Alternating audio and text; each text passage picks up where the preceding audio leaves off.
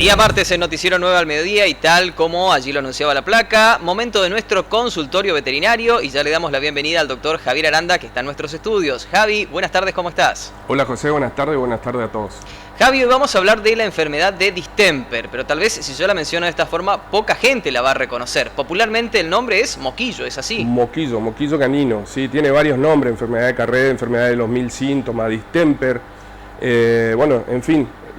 Los nombres van variando de un lugar a otro, pero básicamente lo que se quiere en su momento es concentrar los nombres, o sea, para que sea conocido en un solo lugar, moquillo, ¿sí? Bien. ¿Por qué? Porque justamente uno de los síntomas es el moco que larga, que secretan a través de la nariz. ¿Solamente está presente en los perros, Javi? Esta enfermedad afecta tanto a los perros como a los zorros, a los hurones, ¿sí? Tenemos que tener en cuenta, por ahí hay gente que tiene hurones como mascota no tradicional en su casa, entonces lo que tenemos que tener en cuenta por ahí en algún tipo de enfermedad respiratoria, si tiene alguna de las sintomatologías que vamos a describir ahora, estar alerta, ¿sí? Bien. Y también afecta a lo que son los cánidos salvajes, ejemplo, el aguaraguazú también es sensible a este virus.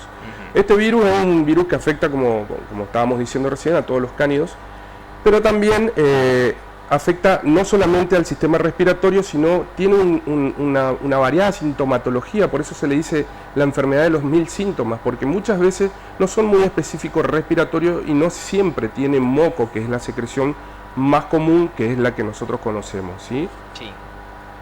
Tenemos que tener en cuenta que puede afectar tanto al sistema respiratorio, como le dije, produciendo una rinitis, puede producir conjuntivitis, pero también puede producir gastroenteritis, como ejemplo una diarrea, puede ser alguna diarrea que aparezca, puede producir vómitos, ¿sí? Como toda enfermedad viral o toda enfermedad infecciosa va a producir una elevación de la temperatura, o sea, una fiebre, va a haber decaimiento, desgano, anorexia.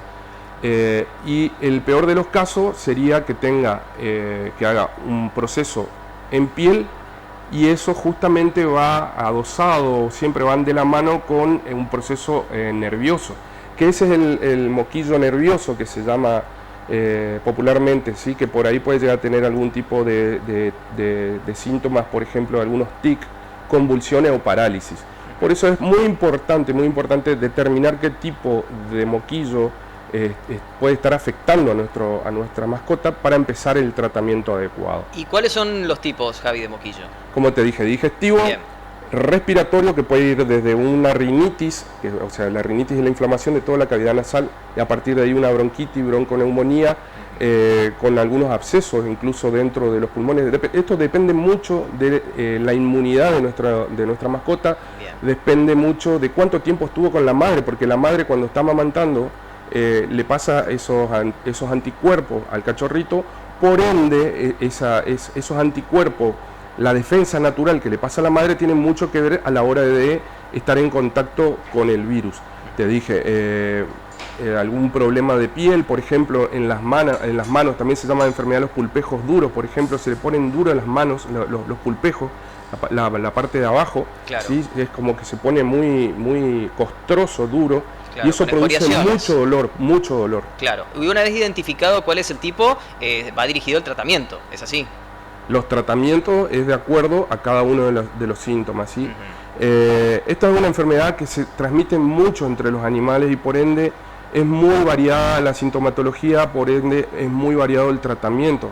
Generalmente son tratamientos largos donde nosotros tenemos que estar sobre el paciente mucho tiempo. El veterinario profesional tiene que estar constantemente monitoreando cómo se va desarrollando la enfermedad, porque puede empezar con un problema respiratorio, pasa a un problema digestivo y después pasa a un problema nervioso, ¿sí? Y no solamente afecta a uno u otro órgano, sino a toda la economía del organismo del animal. Por eso es muy importante la atención veterinaria y sobre todo hacer la prevención. Ahí recién veíamos una de las placas, unos frasquitos de vacuna. Hoy por hoy tenemos la posibilidad de hacer vacunas que vienen combinadas, ya hablamos de parvovirus, viene combinada parvovirus, moquillo, hepatitis, adenovirus, parainfluenza. Son todas las enfermedades virales que le afectan a los cachorros y a los perros en particular. Por eso cuando se hace un plan sanitario hay que comentarlo al veterinario, hay que decirle que nos explique y ver en lo posible de hacer todas estas vacunas que se la termina de colocar en 3 o 4 meses aproximadamente. Bien, y Javi, es muy importante entonces también hablar de los mitos, porque hay mucha creencia popular relacionada con el choclo, con el corcho, con el humo del azufre. ¿Qué hay de verídico en esto? Sí, bueno, tenemos que tener en cuenta que estas costumbres vienen de generación en generación. Nosotros hace 50, 60 años no teníamos la posibilidad de tener tantas herramientas como las tenemos hoy. La medicina veterinaria ha avanzado mucho, se profesionalizó mucho y por ende en este momento podemos decir que tenemos un tratamiento específico para cada uno de los síntomas que se nos presentan. Tenemos que uno de los mitos más comunes es colocarle un collar de marlo de choclo. Algunos dicen que son 7, algunos dicen que son 5. Es el marlo pelado sin el maíz, ¿sí? Sí. Yo tengo una teoría hacia eso, que yo creo que más allá de un tratamiento veterinario, o por ahí si no está con tratamiento veterinario, justo cuando le ponen el marlo de choclo se está recuperando la enfermedad, porque tenemos que entender que el animal también tiene una inmunidad que la va elevando a medida que va cursando una enfermedad. Entonces muchas veces también la gente es como que asocia el colocarle ese marlo de choclo a que se cura. Por otro lado, por ejemplo, el azufre, otra costumbre muy común es quemarle el azufre y hacerle oler. Siempre le digo a los propietarios de los animales que imagínense si nosotros estamos con una rinitis o estamos con tos y inhalamos ese humo, lo irritante que es para todas las vías respiratorias, por ende va a empezar a secretar mucus, ¿sí? Lo mismo con el trapo quemado. Todas esas cosas que le hacemos inhalar a nuestra mascota son sustancias irritantes. Por último, hay una costumbre que no es acá, pero es en México, que a los perros que estaban con moquillo nervioso tenemos que tener en cuenta que por ahí tienen como unos tics, unos movimientos. Entonces la gente del campo lo que hacía era lo enterraba al perro 2 o 3 días hasta la cabeza, entonces es como que se iba ese tic. Pero realmente ninguna de esos mitos o de esas costumbres que se hacían en las familias en formas ancestrales funciona.